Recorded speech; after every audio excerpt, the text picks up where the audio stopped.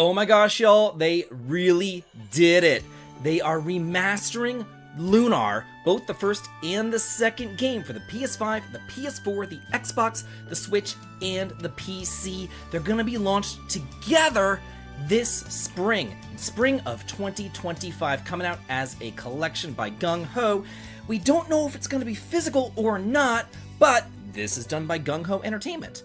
And the last games that they remastered just like this and put into a collection was Grandia 1 and 2. And guess what? Those were physical games. So I want to talk about this today, share my excitement with you, and answer the question like, what is Lunar and why is it so great and why do I love these games that are over 30 years old now? What is the deal with them? And I do think that that's worth a sub, as I do try my hardest to hit 100,000 subscribers by the end of this year. With your help, your like, and your sub, I just know that I can get there. So let's talk about these games. These were first announced during Sony's State of Play, and I put out a tweet about it, which kind of went a little bit viral, because I was like, Sony State of Play, if you missed it, here's everything that you need to know. And I just put a picture of Lunar 1 and 2, because it upstaged the entire thing. It's so freaking good. I have loved these games ever since I first played them back on the original PlayStation, back in about 1998 or so, whenever they first came out. However, Lunar, the first game, Lunar Silver Story, was first released for the Sega CD back in 1992, so like I'm saying, these are some old games. Then it was also re-released for the PSP, and recently it was released for mobile titles as well. And it follows Alex, who's just a little small town kid, and his little girly friend Luna, and he wants to go off and be a Dragon Master, just like the Dragon Master Dine.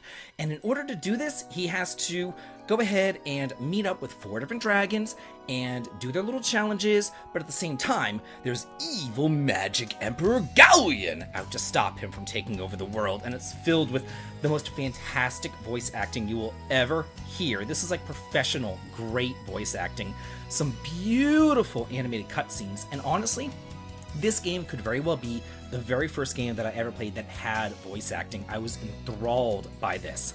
It is so bright. It is so upbeat. It is so funny. There are a lot of games out there that try to be like funny just because, you know, like almost like stupid funny. A lot of indie games try to do that, this kind of stupid funny thing or whatever, and it's just dumb. But this, I mean, it's so charming. It's really just fantastic, and it's helped so much by Working Designs' translation.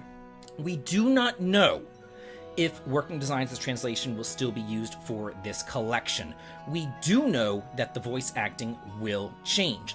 Although John Truitt, the voice actor for Galleon, did say, hey, if you want to use me, I am available. I will revoice him. We also know that the script for this game is rather long, because kind of like the Trails games, whenever you go through and you complete like a new event or a new area, the NPCs will change their dialogue all throughout the entire world. It's just glorious. The characters are so much fun. You're just gonna grow to absolutely adore them. Especially my favorites are Kyle, Jessica, and Nash. Nash is like the most punchable face ever. He's just like a little flirt. Kyle's kind of a drunk. Jessica is his domineering girlfriend, and they're always fighting and everything, and it's just so much fun. The combat for both games features on-screen encounters and positioning. Kind of like in the Trails game, also kind of like in Chrono Trigger.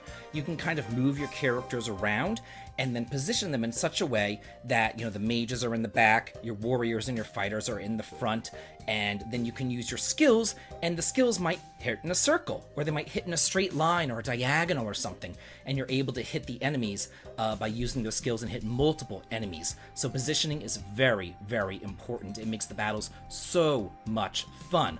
Although I will say this, there are some quality of life improvements included in this new collection, such as speeding up the battles. So you don't have to sit through like really long battles or anything else like that. So it is a whole lot of fun.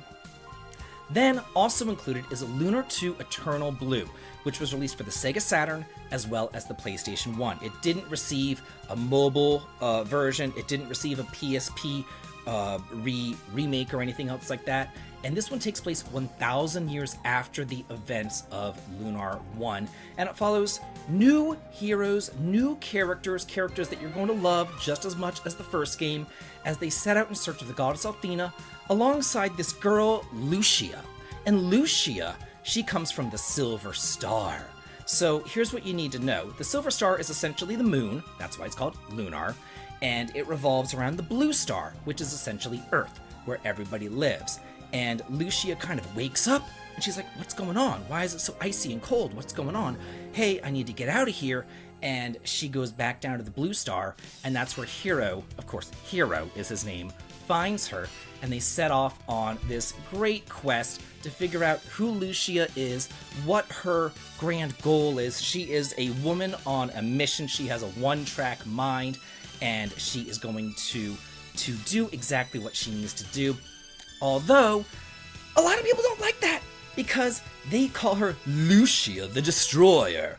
And especially this guy Leo, White Knight Leo, he wants to come in and kill her, and he will stop at nothing, even by going into a little transformation scene. Mystere. And it's just so ridiculous. It's just so ridiculous. If you played the game, you know what I'm talking about. It's just absolutely ridiculous. But it's so much fun. The combat's the same, however, they did introduce emblems that give stat changes and spells, so you can customize your characters by equipping these various accessories and giving them extra magical spells, or giving them resistances to status ailments, or allowing them to maybe inflict status ailments, or get extra attacks. Oh, that's another thing. In battle, you don't just attack once or twice, you can attack up to 3 times in battle, depending on your character, to really kick ass and take names. It does make the battling really lightning quick, and it's so much fun. But whenever you think that you're done, you're not done, because guess what? There is an epilogue, and it has all sorts of great character development, new hidden quest items, brand new dungeons, a true ending, and even more bromides. So what's a bromide, you might ask? Well, I'm glad that you asked. Yeah, a bromide is just a little picture of your various characters in kind of risque poses, and collecting the bromides is one of the best parts of the game, I've got to say. You're going to see some sexy bromides, you're going to see some ridiculous bromides, some kind of slice of life bromides and things like that, and it just gives you a little completionist nod of something to do, something to seek for in the game before trophies were a thing. So whenever I play, I always go through and I always get the bromides. And the second game is much longer than the first.